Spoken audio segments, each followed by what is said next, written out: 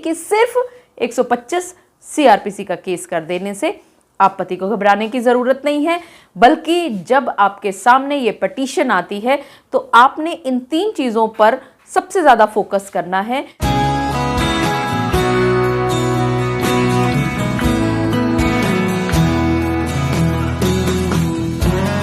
जब आपकी पत्नी आपके विरुद्ध 125 यानी कि खर्चे का केस दायर करती है तो एक बात जो आप लोगों को परेशान करती है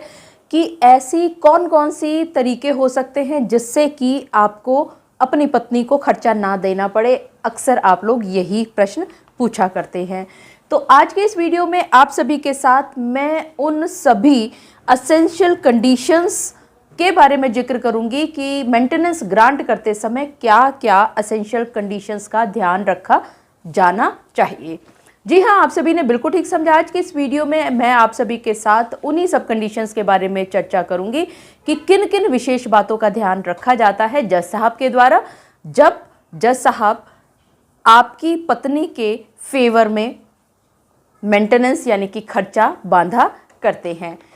मैं एडवोकेट मोहिनी मोना आप सभी का पुनः स्वागत करती हूं और आप सभी देख रहे हैं आप सभी का पसंदीदा चैनल मोहिनी मोना एडवोकेट। अगर आपने मेरे इस चैनल को अभी तक सब्सक्राइब ना किया हो या आप मेरे इस चैनल के लिए नए हैं तो इसको जल्दी से जल्दी सब्सक्राइब कर दीजिएगा ताकि आपको इसी तरह की लीगल इन्फॉर्मेटिव वीडियोस की नोटिफिकेशन सबसे पहले मिल सके। अब देखिए, ये भी सच है कि जब कोर्ट में आप पति और पत्नी के बीच में केसेस की शुरुआत होती है तो अक्सर हमने ये देखा है प्रैक्टिकली कि पहला केस 498A के बाद मेंटेनेंस का आया करता है और यही केस पति के जी का जंजाल बनता है, बहुत परेशान करता है, क्योंकि कोई भी पति नहीं चाहता कि अगर उसकी पत्नी ने उसके विरुद्ध और उसके परिवार के सदस्यों के विरुद्ध झूठा केस दर्ज किया है, झूठे एविडेंसेस बनाए हैं, झूठे लांछन लगाए हैं, उनको समाज में नीचा दिखाने की कोई भी कसर उन्होंने नहीं छोड़ी है, तो ऐसी झूठी पत्नी को खर्चा कोई भी पति नहीं देना चाहते। तो जब भी आपके सामने आपकी पत्नी के द्वारा दायर किया हुआ खर्चे का केस पहुंचता है तो आपको उस केस में ये ज़रूर देखना है कि वो मुख्य कंडीशंस जिसकी वजह से जज साहब आपके ऊपर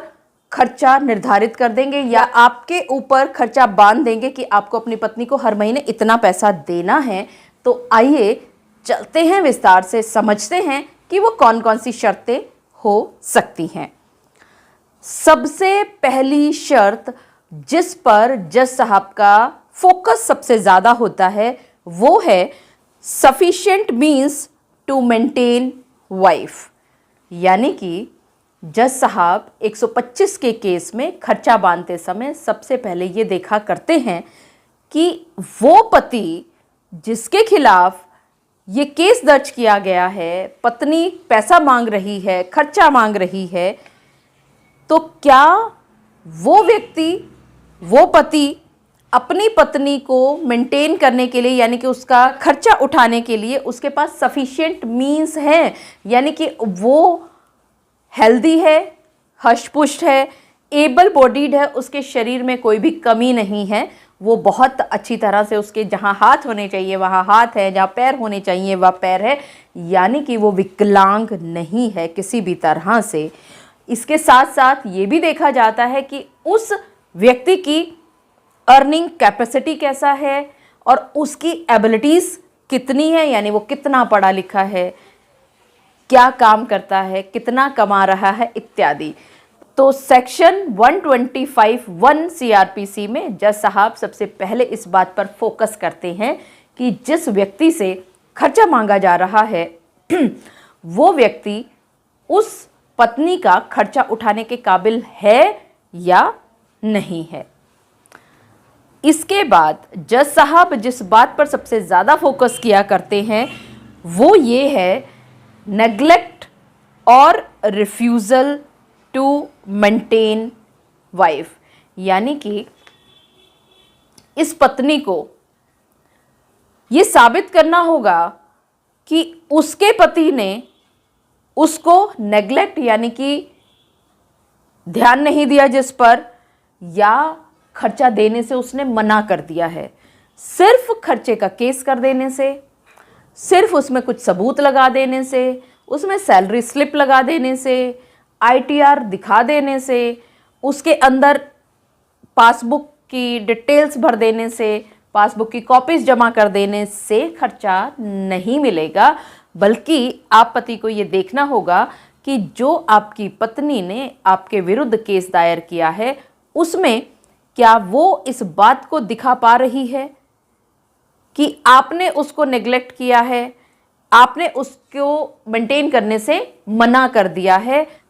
तो इसका अर्थ ये हुआ कि जज साहब जिस दूसरी बात पर सबसे ज़्यादा फोकस करते हैं किसी भी पति के विरुद्ध खर्चा बांधते समय, वो है नेग्लेक्ट और रिफ्यूजल टू मेंटेन वाइफ। इसके बाद जिस तीसरी बात पर सबसे ज़्यादा फोकस किया जाता है जज साहब के द्वारा, वो है person claiming maintenance must be unable to maintain himself और हरसेल्फ। अर्थ ये हुआ कि जिस व्यक्ति ने 125 CRPC के तहत खर्चा मांगा है वो इस बात को साबित कर सके कोर्ट में कि वो अपना खर्चा वहन करने की स्थिति में नहीं है। अब वो कोई भी तरीका हो सकता है, कोई भी कारण हो सकता है, लेकिन उसको हर हालत में इस बात को तो साबित करना ही होगा कि वो अपने आप को मेंटेन करने में सक्षम नहीं है। तो इसका अर्थ ये हुआ कि पति के सामने 125 CRPC का केस जब भी आए तो उसको इन 3 बातों पर बहुत विस्तार से सोचना है, बहुत गहनता से विचार विमर्श करना है। मुझे पूरा विश्वास है कि आप सभी को मेरे आज के इस वीडियो के माध्यम से ये बात भली भांति पता चल गई कि सिर्फ 125 CRPC का केस कर देने से आप पति को घबराने की ज़रूरत नहीं है, बल्कि जब आपके सामने ये पटिशन आती है तो आपने इन 3 चीज़ों पर सबसे ज़्यादा फोकस करना है, क्योंकि इन्हीं 3 चीज़ों पर जज साहब सबसे ज़्यादा फोकस करते हैं जब आपके विरुद्ध वो खर्चा बांधा करते हैं। मुझे पूरा विश्वास है कि आप सभी को मेरा आज का वीडियो भी बहुत अच्छा लगा होगा। अगर आपको मेरा आज का वीडियो भी अच्छा लगा तो इसको लाइक, शेयर और कमेंट करना ना भूलिएगा। और हाँ, अगर आप मेरे इस चैनल के लिए नए हैं तो इसको जल्दी से जल्दी सब्सक्राइब कर दीजिएगा ताकि आपको इसी तरह के लीगल इन्फॉर्मेटिव वीडियोज़ की नोटिफिकेशन सबसे पहले मिल सके। अपना और अपने परिवार का बहुत अच्छी तरह से ध्यान रखिएगा। Thank you, take care, bye bye.